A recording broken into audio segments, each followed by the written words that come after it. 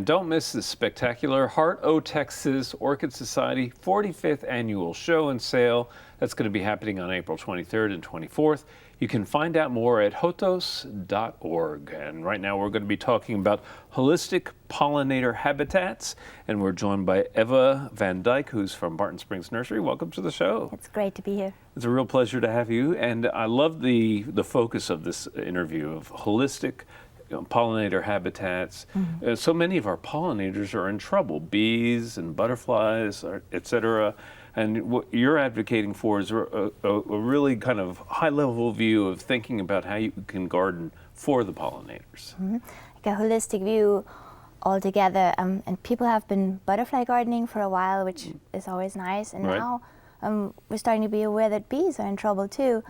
And honeybees have been around for a long time, but what most people are not aware of is that we also have 4,000 different species of native bees in the United States, several hundred of them in Texas alone. Okay. And you don't have to be a beekeeper to help the bees. That's wonderful, because we can create habitat. What bees mostly need is habitat. And when you create wildlife habitat, you just need to fulfill the 4 basic needs of food, water, shelter, and a place to raise young.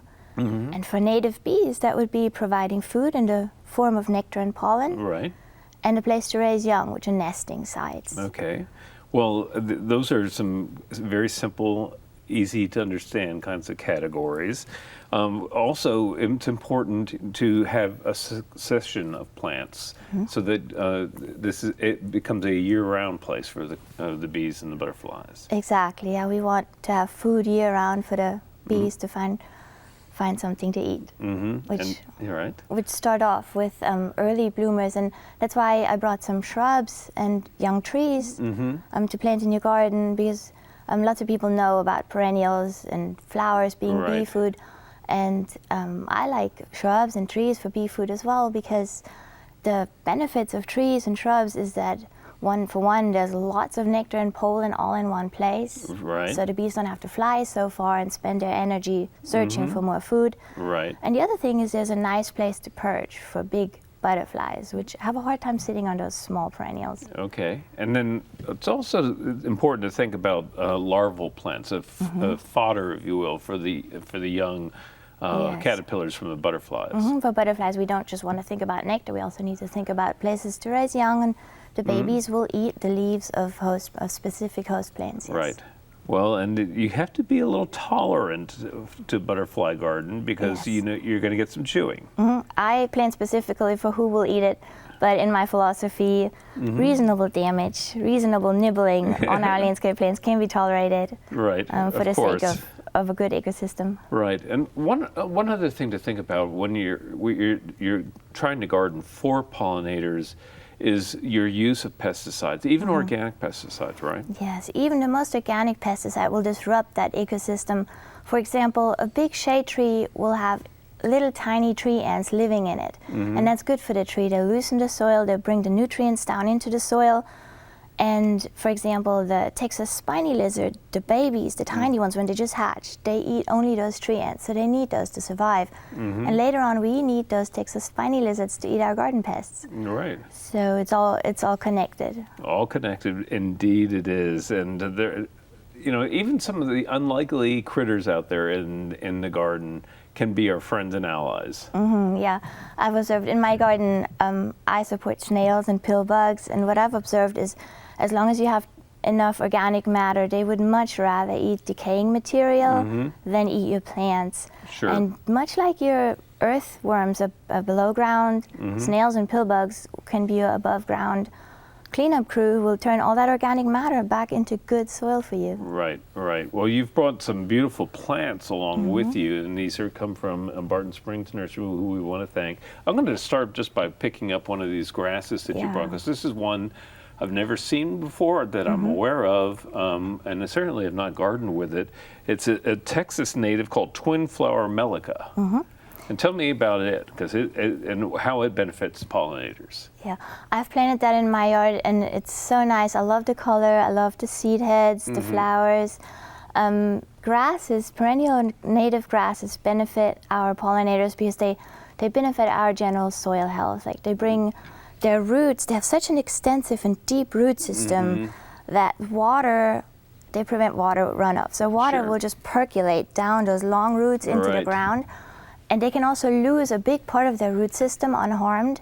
So what that does, all those roots, when they decompose, will add nutrients and drainage into the soil, all by providing erosion control. And they also provide a place of shelter for a lot of insects. Yes, fireflies are a good example. They spend 2 years of their life underground, most of their lives actually underground, so don't assume that a grub is necessarily a bad thing, because firefly babies are grubs. Well, you've brought along some groups of plants, and we're going to move through and talk about some different plant strategies with these. The first group is plants from the mallow family. And tell me a little bit about the benefits of these plants for pollinators. So I just planted myself a nice mallow garden. The fun thing about mallows is, while lots of our native bees are generalists, like the honeybee, that means they'll happily eat the nectar of any nectar and pollen of any plant. There are specialist bees in Texas too that specifically seek out the mallow family. They're called mallow bees or wine cup bees. So all these plants are wonderful pollinator. So I've got the desert globe mallow, the standing wine cup. Right. The regular. The standing wine cup's a beautiful little plant, nice ground cover as well. So a great thing to think about, and especially if we have bees that are that's what they do, is go to the mallows. And you can prevent species disappearance with that. You know, you can help. Well, salvias, everybody who gardens with salvias knows the bees love them. And there's so many different varieties. You brought several forms of coccineum, but and this is a plant family that just keeps the bees happy year round. Yes, I had to bring a salvia because they're just such great all-around performers. They bloom from spring through fall. They never quit, and bees, especially bumblebees, just love them. Yeah, I think they're terrific. And there are a whole array of different kinds of ground covers as well. There's Callolophus down there, and frog fruit, and some other things. Yeah. We have to think about all the levels of the garden as well. All the levels. The plant community, you know, you start with the ground covers, and then plant your understory and your tall trees to work together. Right. And don't forget the ground covers, your lawn weeds that have now been elevated into ground cover status by the Wildflower Center. Like the horse herb. The horse herb. You're right, which or straggler daisy, another name for it. One of my favorite plants in Central Texas. Hard to not love a plant that survives like that. It's our miniature Texas sunflower. Right, very miniature, very miniature. Now, the asters, of course, are great for butterflies, and it's also typically a fall plant, right?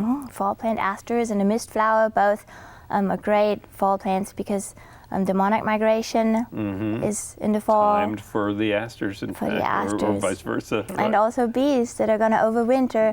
They need to collect nectar and pollen. It's a very important plant family, especially for those who do butterfly gardening, because a lot of these plants are just champs for that. Yes. Now, you referenced early in our conversation that you were bringing some spring flowering plants in, and there's a variety of things you've brought there. But there's one thing that's there that I want to call out, and that is the blackberry.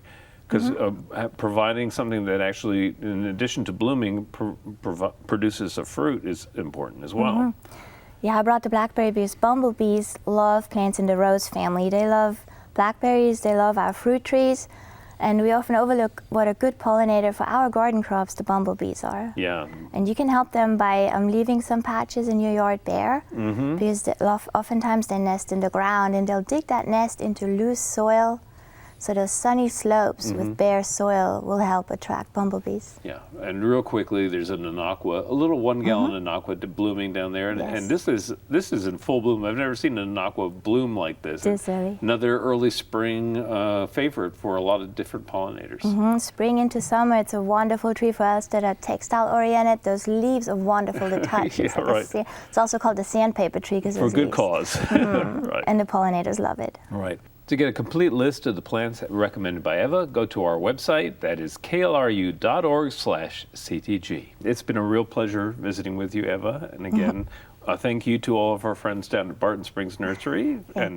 Wish you well. And thank you for sharing these very important strategies for, the benefit of all those great pollinators out there. Thank you for having me. It's our pleasure. Thanks so much. And coming up next is our friend Daphne.